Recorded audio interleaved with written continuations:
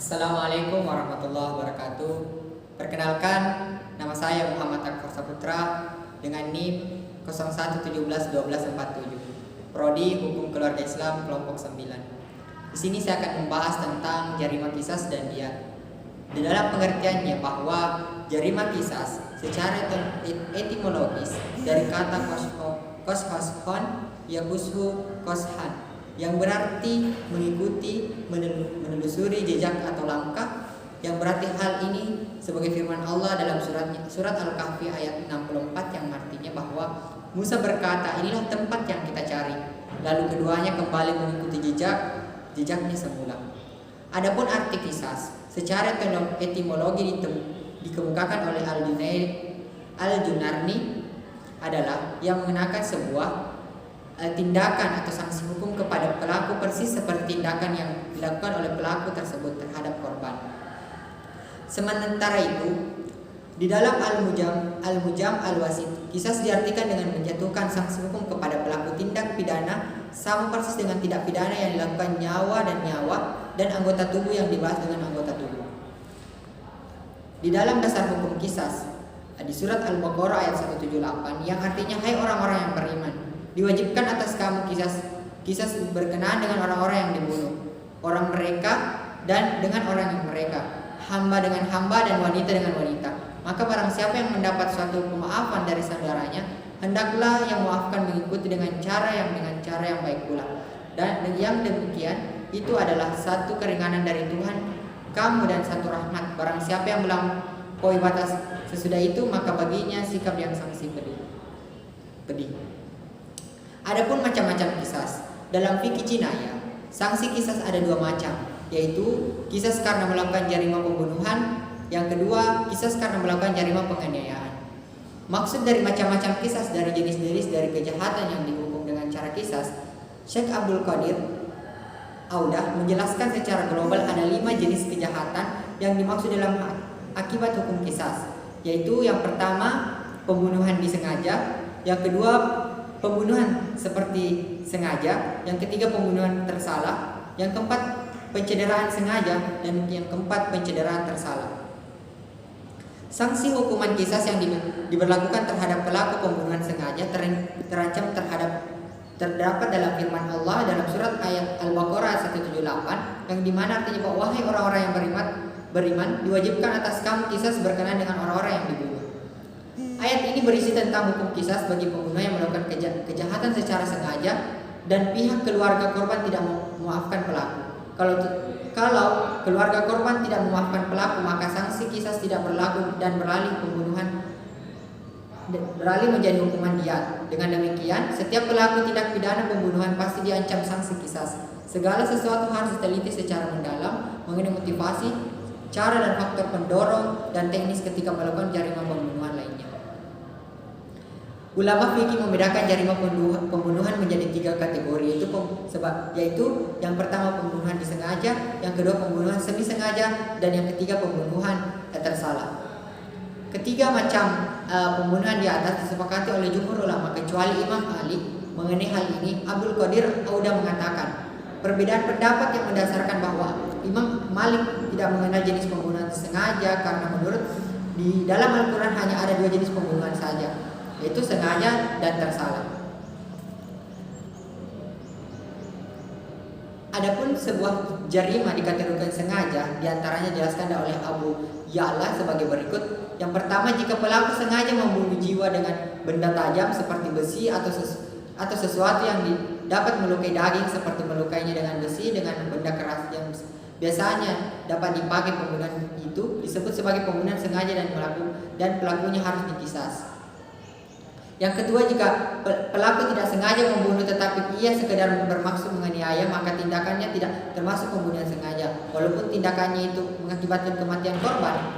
Dalam kondisi demikian, pembunuh itu termasuk ke dalam kategori pembunuhan sengaja sebagaimana dikemukakan oleh ulama fikih. Penerapan hukum qisas. Yang pertama, bagi pembunuhan sengaja, maka sanksinya ada 3, yaitu yang pertama hukuman pokok, yang kedua hukuman pengganti, dan yang ketiga hukuman tambahan. Secara global, pembunuhan dengan sengaja wajib terkena 3 perkara. Yang pertama dosa besar, yang kedua dikisas karena ada ayat kisas, yang ketiga terhalang menerima warisan karena ada hadis, yaitu yang dimana orang yang membunuh tidak mendapatkan warisan apapun. Sedangkan cara kisas pula terjadi khilaf. Menurut mazhab Hanafi, kisas hanya boleh dilaksanakan menggunakan senjata seperti pedang. Maksudnya, hukuman kisas dilaksanakan hanya dengan sengaja, tidak dengan membalas seperti cara membunuh seperti membunuh atau lainnya.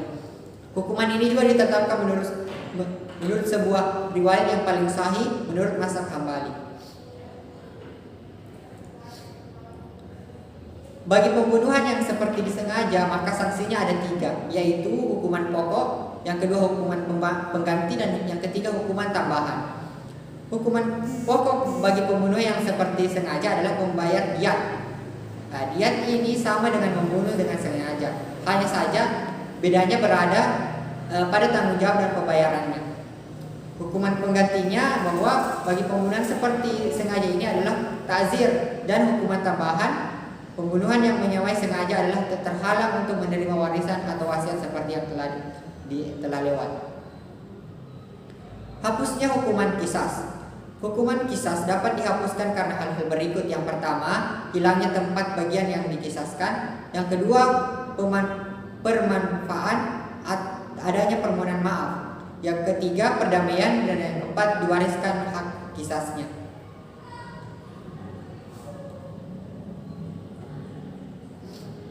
Yang selanjutnya tentang diat. Dalam pengertian diat adalah sejumlah harta yang dibebankan kepada pelaku karena terjadi tindak pidana pembunuhan atau penganiayaan yang diberikan kepada korban atau walinya. Dalam definisi yang disebutkan bahwa diat adalah denda atau suatu harta yang wajib diberikan pada ahli waris sebab melukai jiwa dan atau anggota badan yang lain diri manusia. Dari definisi di atas jelaslah bahwa diat merupakan ukubah maliyah, hukuman yang bersifat harta yang diserahkan kepada korban atau kepada wali keluarga apabila ia sudah meninggal, bukan kepada pemerintah. Ada beberapa macam-macam diat. Yang pertama itu diat mukhalada, dan yang kedua diat mukhafafah.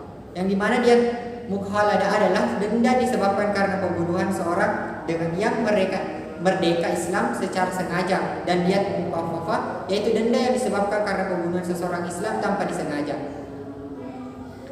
Perbedaan mendasar di antara diat ringan dan diat berat terletak pada jenis dan umur unta dari segi jumlah unta, atau diat ringan dan diat berat sama dengan berjumlah 100 ekor. Dasar hukum diat terdapat dalam surat An-Nisa ayat 92 yang dimana artinya yaitu barang siapa yang membunuh seseorang yang beriman karena tersalah, atau hendaklah dia memerdekakan seseorang hamba sahaya yang beriman serta membayar diat yang diserahkan kepada keluarganya si terbunuh itu, kecuali mereka keluarganya terbunuh bersedekah. Menurut ayat ini bukanlah diat dikarenakan kepada pelaku pembunuhan tersalah, namun di sisi lain kedudukan sebagai hukum pokok dari Al-Hudud Az-Zaliyah. Hal-hal kejahatan yang dapat berakibat pada munculnya diat. Yang pertama pembunuhan terhadap muslim, yang kedua penganiayaan terhadap muslim. Di mana pembunuhan terhadap muslim ada 3, yaitu pembunuhan yang benar-benar disengaja, yang dimana yang selanjutnya pembunuhan seperti disengaja, yang dimana diat yang harus ditanggung adalah pelaku, yaitu ahli waris dari korban pembunuh, yaitu khata ialah 100 ekor unta yang ditentukan dalam 5 kelompok, yaitu jenisnya. Yang pertama 20 ekor unta kiikab, 20 ekor unta jaza'ah, 20 ekor unta makhadah, 20 ekor unta bintu labun, dan 20 ekor unta ibnu labun.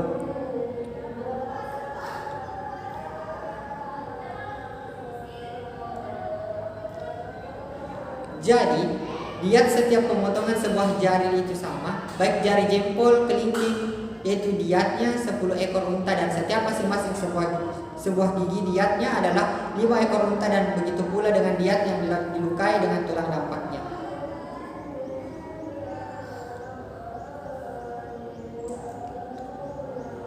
Mungkin hanya itu yang dapat saya sampaikan tentang jarima qisas dan diyat. Mohon maaf jika ada kesalahan. Akhir kata, wallahul muwaffiq ila aqwamit thariq. Wassalamualaikum warahmatullahi wabarakatuh.